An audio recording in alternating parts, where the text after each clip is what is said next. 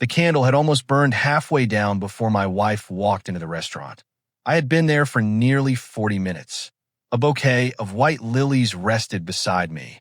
A small gift box sat near my plate. Inside my jacket pocket was a handwritten letter I had rewritten 3 times because I wanted every word to be perfect. 5 years of marriage deserved something special. At least I believed it did. The hostess smiled politely as Emily hurried toward the table. "I'm sorry." She slipped into the chair across from me, brushing a loose strand of chestnut hair behind her ear. Ryan called. Her breathing was still uneven. He had a rough day. I forced a smile. "It's our anniversary." "I know." She reached across the table and briefly touched my hand. "I really am sorry." That simple touch used to calm every storm inside me. Tonight it felt rushed, almost automatic. The waiter arrived with 2 menus. "We've already ordered your favorite wine," I told her. Her eyes finally lifted from her phone. "You remembered." "I always do." A small smile appeared. For one hopeful second, it looked like the woman I married had returned. Then her phone vibrated. The smile changed. Not for me, for whoever had sent the message. Her thumb moved quickly across the screen.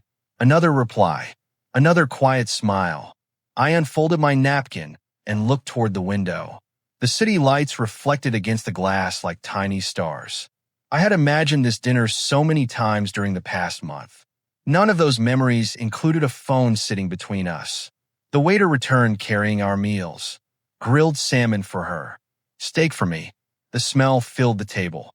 Neither of us reached for our food. Emily was still typing. I cleared my throat. I planned something. She looked up. "What?" I reached for the small gift box. Before I could hand it to her, the phone buzzed again. She frowned. "It's Ryan." My fingers stopped moving. He just got home. Another message appeared. She read it silently. Her expression softened. "He's having another panic attack." I leaned back in my chair.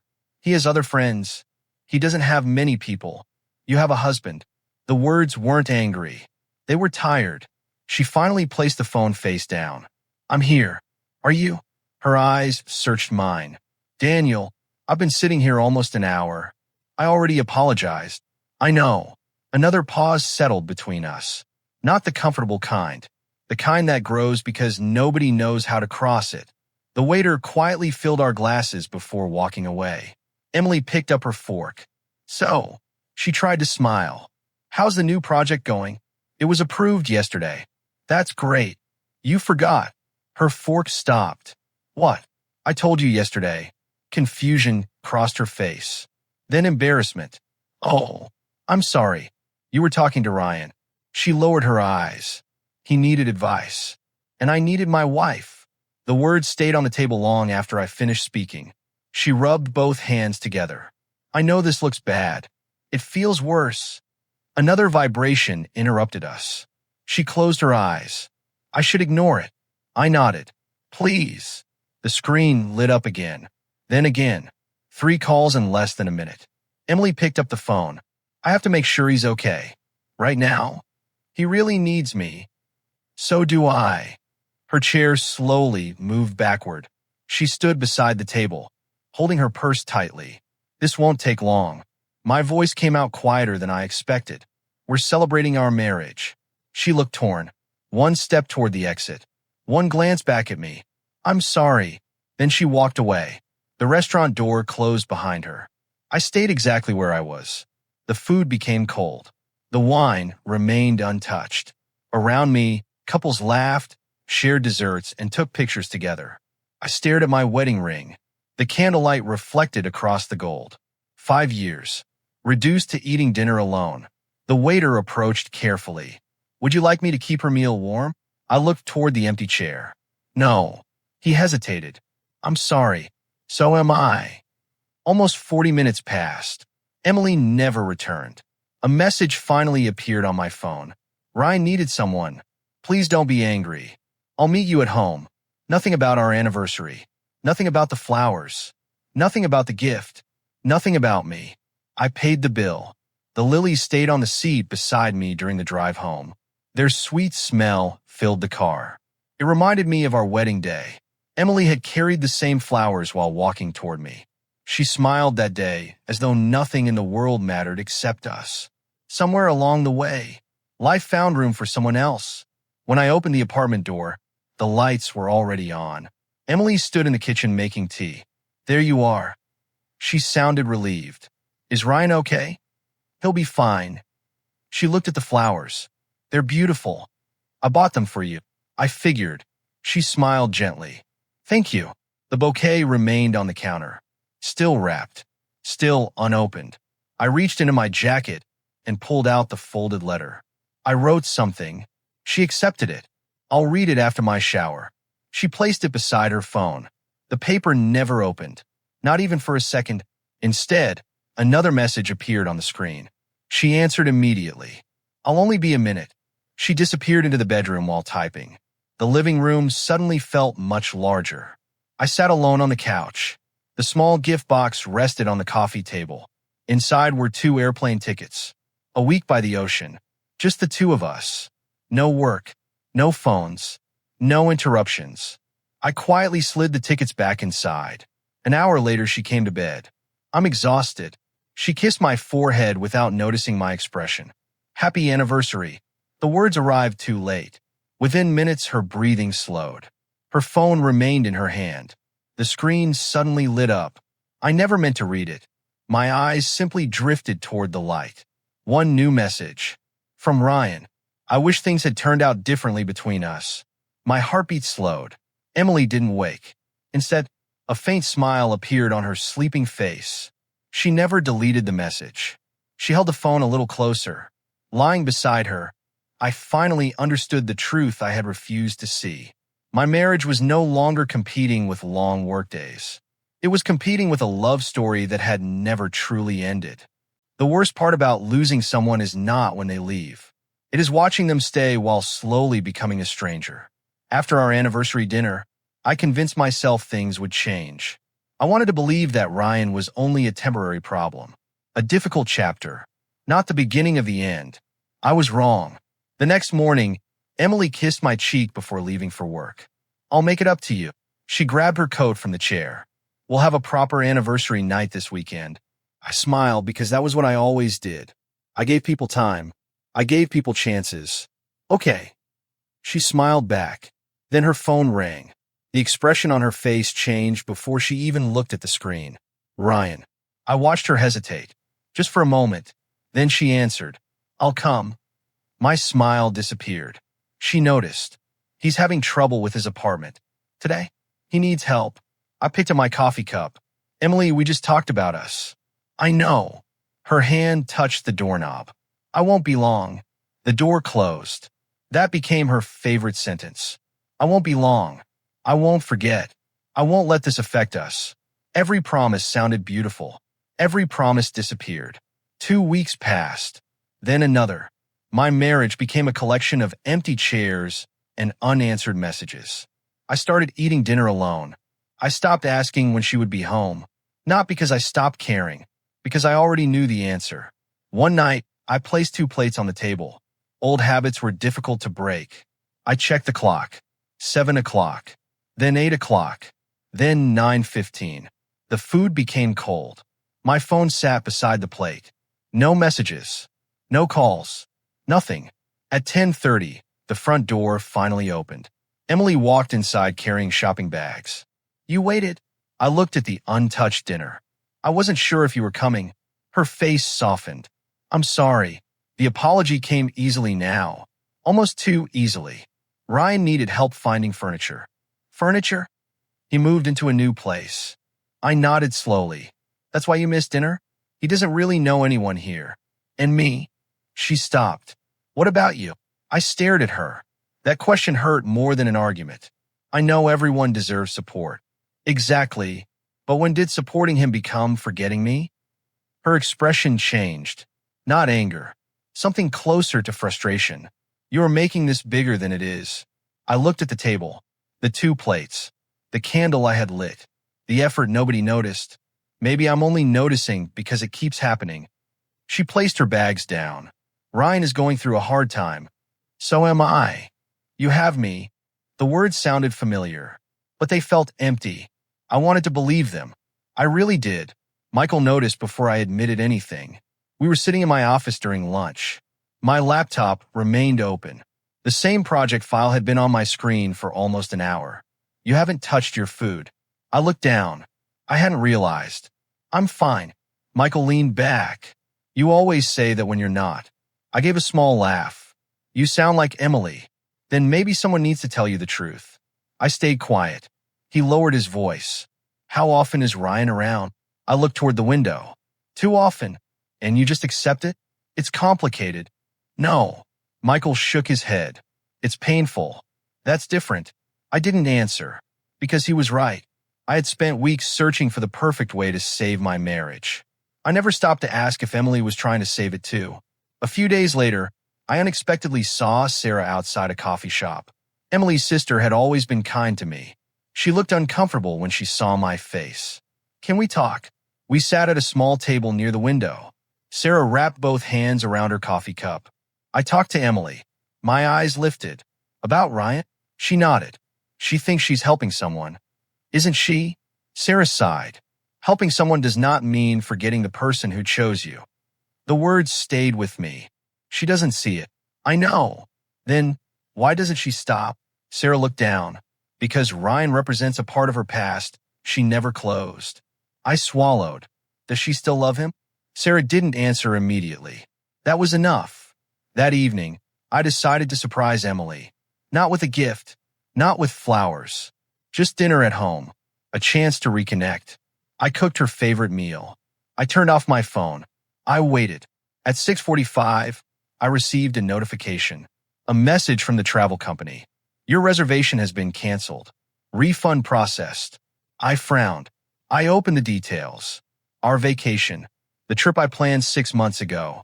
The trip Emily had been excited about. The trip we were supposed to take next week. Canceled. By Emily. I called her. The phone rang. No answer. I called again. Nothing. A third time. Still nothing. Then a message appeared. Can't talk right now. I'm busy. My fingers tightened around the phone.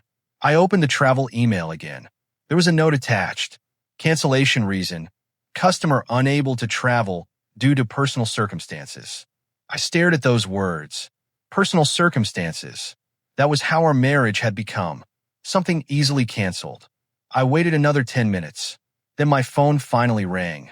Emily. I answered immediately. Why did you cancel our trip? A pause. Then a quiet breath. You saw that. Why? Ryan needed help moving. I closed my eyes. The answer was simple. Too simple. Emily. I know how it sounds. No. I looked at the empty seat across from me. You don't. He had no one else. And I did. She became silent. I'll plan something else. That's not the point. Then what is? I looked at the dinner I had prepared. The second plate. The empty chair. The space where my wife should have been.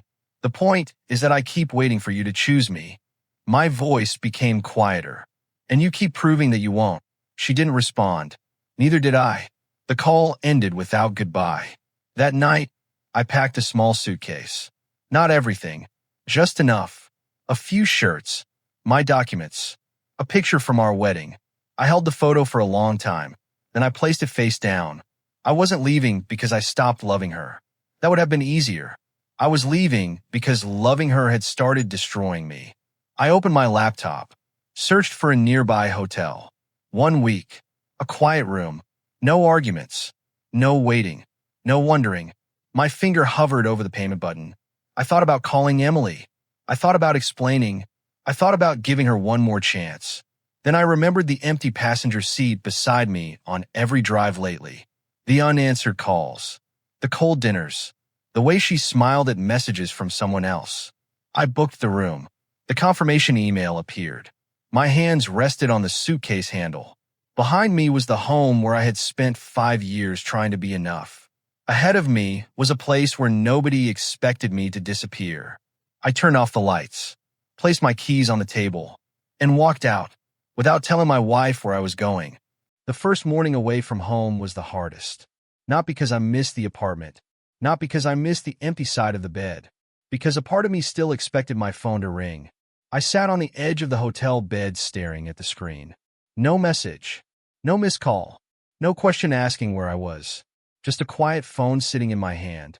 For years, I had been the one who reached out first. After arguments. After misunderstandings. After nights when Emily turned away from me. I always believed love meant being the person who refused to give up. But I finally understood something. A marriage cannot survive when only one person is holding the rope. I placed the phone on the table. Then I started my day. The first thing I did was work. Not because I wanted to forget Emily. Because I needed to remember myself. My office had always been the one place where my decisions mattered. Clients trusted my ideas. My team respected my judgment. Nobody looked at me like I was someone waiting to be chosen. Michael noticed the difference immediately. He stepped into my office carrying 2 coffees. "You're actually here before me." I accepted the cup. Maybe I needed a reason to wake up early. He studied my face. "You talked to Emily?" I shook my head. "No, that's new." I looked at the drawings spread across my desk. I spent years trying to explain why I deserved her attention. Michael placed the coffee down. "And now I'm tired of proving something that should have been obvious." He didn't smile. He didn't celebrate. He simply nodded. That was why I trusted him. He understood that walking away from someone you love does not feel like winning. Sometimes it feels like losing the thing you were trying hardest to save. Emily called 3 days later. I watched the screen light up. Her name appeared. My finger hovered over the answer button. Old habits pulled harder than I expected. Then I remembered the empty chair, the canceled vacation, the way she walked away from our anniversary dinner. I let the call end. A few minutes later, a message appeared. "Are you okay?" I stared at those 3 words. A strange feeling moved through me. Not anger, not happiness, just sadness. Because she was finally asking. Just not when I needed her to. I placed the phone away. A week after leaving, I met with a lawyer. The office was quiet. Too quiet. A folder rested in front of me. My name was printed across the top. Divorce agreement. The word looked heavier than I expected. The lawyer folded his hands. "You don't have to make this decision today." I looked at the papers. "I already made it." "Are you sure?" "No." The honesty surprised me. I looked toward the window. "I still love her." The lawyer waited. "But love isn't enough anymore." My hand moved toward the pen. The same hand that once placed a wedding ring on Emily's finger. Now, it was signing the end of everything. The pen touched the paper. One signature. Then another. The sound was quiet. But inside me, something changed. Sarah came to see me that weekend. She stood outside my hotel room holding a small bag of food. "I figured you weren't eating properly." A small smile escaped me. "Emily always said you worried too much." Sarah stepped inside. Emily was wrong about a lot of things lately. The words were gentle, but they hurt. She placed the bag on the table. I tried talking to her. I looked up. "When?" "After your anniversary." I stayed quiet. "What did she say?" Sarah sat down slowly. "She said Ryan was just going through a difficult time." I looked away. "She still believes that." Sarah sighed. "She believed she could keep helping him without losing you." "And now?" Sarah's eyes lowered. Now she's starting to realize she already did. The room became still. Not because there was nothing to say. Because some truths arrived too late. While I was rebuilding my life, Emily was discovering the person she had chosen. At first, Ryan seemed grateful. He called her constantly. He needed advice. He needed support. He needed someone to fix every problem. But problems never ended. They only changed. The apartment needed repairs. Work was stressful. Money was tight. Every solution became another responsibility placed on Emily's shoulders. One evening, I heard about their argument from Sarah. Ryan had asked Emily why she was still worried about me. The question shocked her, because for the first time, she heard what she had ignored. Ryan wanted her attention, not her sacrifice, not her happiness, just her availability. 2 weeks later, Emily appeared outside my office. I was leaving with my briefcase when I saw her standing near the entrance. She looked different, not physically, emotionally. The confidence she carried before was gone. "Daniel." I stopped walking. She held her coat tightly around herself. "Can we talk?" I looked at the time. "I have a meeting." You always have a meeting." The words came out before she could stop them. A sad smile crossed my face. That's what it feels like when someone finally becomes busy with themselves. Her expression changed. "I didn't mean that." "I know." She stepped closer. "I thought you just needed space." "I did. Are you coming home?" The question was simple, but the answer carried everything I had been feeling. "No." Her eyes moved across my face. "You're serious?" I nodded. "I should have been serious a long time ago." She swallowed. "Ryan isn't what I thought." I stayed quiet. I made a mistake.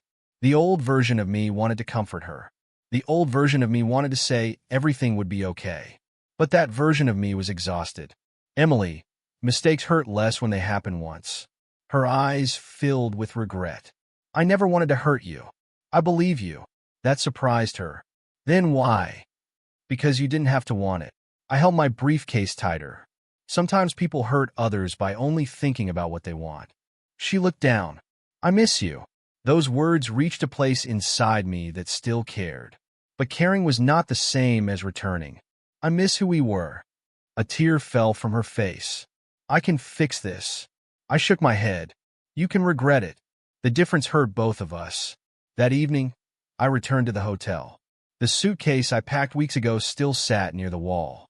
I opened it. Inside was a small box. My wedding ring. I had taken it off the morning I left. Not because I hated Emily, because I needed to remember that I was more than a husband who kept waiting. I placed the ring inside a white envelope. Beside it, I placed the signed divorce papers. No angry letter. No accusations. No revenge. Just the truth. When Emily came to my hotel the next day, I wasn't there. She found the envelope I left behind. Her hands trembled as she opened it. She expected a letter. Maybe an explanation. Maybe one final promise. Instead, the first thing she saw was my wedding ring. The hardest part about leaving was not walking away. It was watching someone finally understand my pain after I had already learned how to live with it. When Emily came to my hotel and found the envelope, I expected anger. I expected questions. I expected her to blame me for giving up. Instead, she called me 3 times. I watched her name appear on my screen. 3 times. The old instinct was still there. The urge to answer. The urge to make everything easier for her. But I had spent years making things easier for everyone except myself. I let the phone stop ringing. A few minutes later, a message appeared. "Please, I need to talk to you." I read it. Then I placed my phone down. Not because I hated her. Because I needed to hear my own thoughts without her voice changing them. The next morning, Michael met me outside the office. He looked at my face and immediately knew something happened. "You saw her?" I nodded. "She found the ring." He took a slow breath. "How did she react?" I looked toward the busy street. Like someone who finally realized the door was closing. Michael stayed quiet. Then he asked something I had been avoiding. "Do you still want that door open?" The question followed me all day. Because the answer was complicated. I still loved Emily. Love does not disappear just because someone hurts you. But I also knew something else. Going back to her would mean returning to the same place where I lost myself. Emily met Ryan 2 days later. I only learned about it because Sarah called me afterward. Her voice sounded disappointed. Not in me. In her sister. They finally talked honestly. I sat at my desk, staring at the unfinished blueprint in front of me. "What happened?" Sarah paused. Ryan told her the truth. I leaned back. What truth? He never planned to build a future with her. The words felt strange. After everything. After all those months. What did he want? Sarah sighed. He wanted someone familiar. I closed my eyes. Someone who would listen. Someone who would help. Someone who would never ask him to change. Ryan had not chosen Emily because she was his future. He chose her because she was his comfort. And Emily had destroyed our present protecting someone else's past. Emily came to my office that afternoon. She stood near the entrance holding a folder against her chest. Her eyes looked tired, not from lack of sleep, from carrying the weight of her own choices. "Can we talk?" I motioned toward the chair. She sat down slowly. For several seconds, neither of us spoke. Then she placed something on my desk. The letter. My anniversary letter. The one I wrote weeks before our marriage broke apart. You wrote this that night? I nodded. Her fingers rested on the folded paper. I never opened it. I know. Her eyes lowered. I thought I had time. Those words hurt more than I expected, because I had thought the same thing. I thought we had more dinners, more trips, more mornings waking up beside each other. I thought love could wait. It couldn't. She opened the letter. Her hands shook slightly as she read. I watched her expression change. Every line carried a piece of myself I had hidden. The surprise trip, the memories, the promise that I wanted to grow old beside her. When she reached the end, she pressed the paper against her chest. I didn't know. My voice stayed calm. I know. No. She looked at me. You don't understand. A tear moved down her cheek. I was so focused on someone who left me years ago that I ignored the person who stayed. I looked away for a moment, because those words were exactly what I had wanted to hear months earlier. But hearing them now felt different. The timing had changed everything. The divorce mediation took place the following week. A long table, 3 folders, 2 signatures waiting. The room felt colder than it should have. Emily sat across from me. The woman I married. The woman I once believed I would never lose. The mediator reviewed the documents. Both parties understand the terms? I looked at the papers. Yes. Emily didn't answer immediately. Her fingers touched the edge of the folder. I understand. The mediator nodded. The room became quiet again. Not because there was nothing left, because there was too much. Emily looked at the photograph on her side of the table. Our wedding picture, the same one that used to hang above our fireplace. A picture of 2 people who believed love alone could protect them. I kept thinking you would always come back. Her voice was barely above a whisper. I looked at her. Why? Because you always did. That sentence explained everything. She had not believed I would leave, because I had spent years teaching her that I wouldn't. I accepted apologies. I ignored pain. I stayed, until staying became the thing that broke me. After the meeting, Emily followed me into the hallway. Daniel. I stopped. She held the divorce papers tightly. I know I can't erase what happened. No. Her eyes filled. But I want to try. I looked at her. Try what? To fix us. The hallway lights reflected against the floor between us. I don't know how to trust someone who only noticed my value after losing access to me. She looked down. I was blind. I know. I was selfish. I know. I love you. Those words used to be everything. Now they were memories. I believe you. Her expression changed. A small amount of hope appeared, then disappeared when I continued. But love is not the only thing we needed. She wiped her face. What else? Choosing each other. The words came quietly. Every day. The final signing was scheduled for the next morning. Emily arrived early.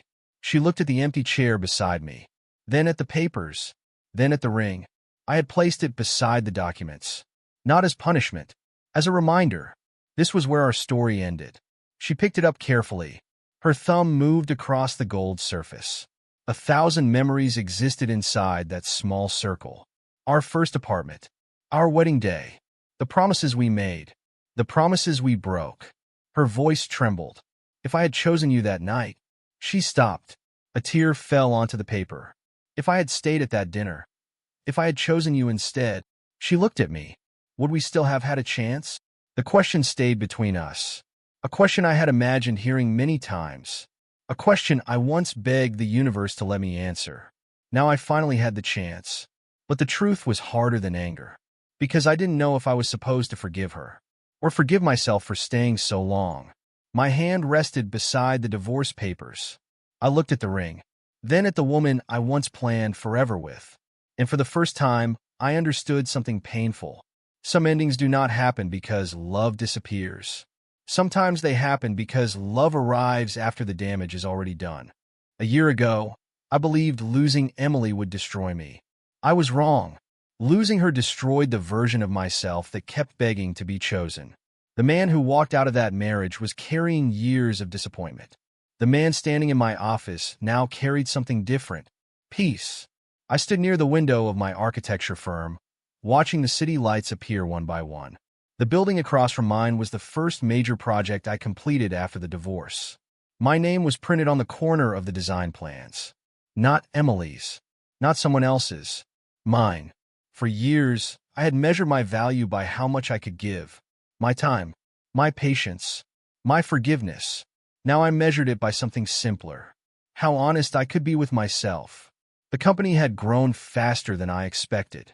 Clients trusted my vision. My team respected my decisions. Nobody knew the battles I fought before reaching this point. Or maybe they knew. They just never made me feel small because of them. Michael became more than a friend. He became family. One evening, we sat in my office after everyone left. 2 cups of coffee rested between us. You know what's strange? I smiled. What? You look happier now than you did when you were married. The words stayed with me. Not because they were cruel. Because they were true. I leaned back. I spent years trying to save something that was already gone. Michael nodded. And now? I looked around my office. Now I'm building something that chooses me too. I saw Emily again months after the divorce. Not by accident. She asked to meet. We sat in a quiet cafe away from places filled with memories. She looked different. Not broken. Not defeated. Just changed. Life had finally forced her to face herself. I heard your company is doing well. I nodded. It is. A small smile appeared. I'm happy for you. Thank you. She touched the coffee cup in front of her. For a while, neither of us spoke. The strange thing was that I no longer felt the need to fill every silence. I used to fear quiet moments with Emily. I thought silence meant distance. Now I understood that silence could also mean acceptance. I kept the flowers. My eyes moved toward her. What flowers? She looked down. Your anniversary flowers. I remembered. The bouquet sitting beside the dinner table. The flowers I bought before realizing I was eating alone. They were never opened. Her fingers tightened around the cup. I pressed them inside a journal. I didn't know what to say. They remind me of the day I lost you. The words were painful, but they were honest. I looked at her carefully. Emily. She lifted her eyes. I don't hate you. A tear appeared. I know, but I can't return to who I was. She nodded slowly. I know that too. That was the difference between us now. Before, she wanted forgiveness because she wanted the pain to stop. Now she understood forgiveness did not mean getting everything back. Ryan disappeared from her life completely. I never celebrated it. I never wanted revenge. His choices created their own consequences. After everything happened, people saw him differently. The charm, the excuses, the endless need for someone else to rescue him. Eventually, nobody wanted to keep carrying a person who refused to stand on his own. Emily had learned that lesson too. Some people enter your life to remind you what you want. Others enter your life to teach you what you should never lose. Grace became part of my new life slowly. Not like a replacement, not like a second chance. I desperately needed something healthier, something calmer. I met her through a design project. The first thing I noticed was not her appearance. It was how she listened. When I talked, she actually heard me. When I shared an idea, she cared about the idea, not what she could gain from it. One evening, we walked through the park after reviewing a project. She looked at me with a small smile. You always think you have to solve everything alone. I laughed softly. Is it that obvious? Very. I looked at the path ahead. I spent a long time believing being needed was the same as being loved. Grace slowed her steps. And now, I thought about that. Now I think being respected matters more. She smiled. That sounds healthier. It feels healthier. I wasn't rushing. I wasn't searching for someone to erase my past. I had already done the hardest part. I learned how to stand without needing someone else to hold me up. Months later, I visited the old apartment one last time. The place was almost empty. The walls looked different without our photographs. The frame where our wedding picture once hung was still there. Empty. A small mark on the wall showed where it had been. I stood there for a moment. That apartment held thousands of memories. Some beautiful, some painful, but they were mine. I didn't need to destroy them to move forward. I only needed to stop living inside them. On the counter was a small box. Inside was nothing important, just things we forgot. Old receipts, a spare key, a movie ticket from our first date. I smiled sadly. Even broken relationships leave behind proof that something real existed once. The final goodbye with Emily came quietly. No anger. No dramatic promises. Just two people standing in front of the truth. She held the empty wedding photo frame. I used to think losing you was the worst thing that happened to me. I waited. Now I think losing myself was worse. The words surprised me, because I understood. I had lost myself too. Just earlier. I looked at her. I hope you find happiness. Her eyes became wet. Do you? Yes. She nodded. Even if it's not with me? The question carried years of memories. I answered carefully, especially then. She closed her eyes. A painful smile appeared. I really did love you. I know. And you loved me. I did. The past tense hurt. But it was honest. Sometimes love can be real and still not be enough. Another ordinary workday ended. I locked my office door and walked toward the elevator. The city moved around me. People chasing dreams. People starting over. People learning lessons. My phone vibrated. I stopped. One message. Emily's name appeared on the screen. I opened it. I hope you're happy. I read the words. A quiet smile crossed my face. Not because I wanted her to hurt. Not because I wanted her to regret everything. Because I finally understood something. My happiness was never supposed to be a punishment for someone else. It was supposed to be a gift to myself. I locked the phone. No reply. No anger. No need for one final explanation. The elevator doors opened. I stepped inside. The future no longer felt like something I had to fight for. It felt like something waiting for me. And this time, I was finally walking toward a life where I never had to beg to belong.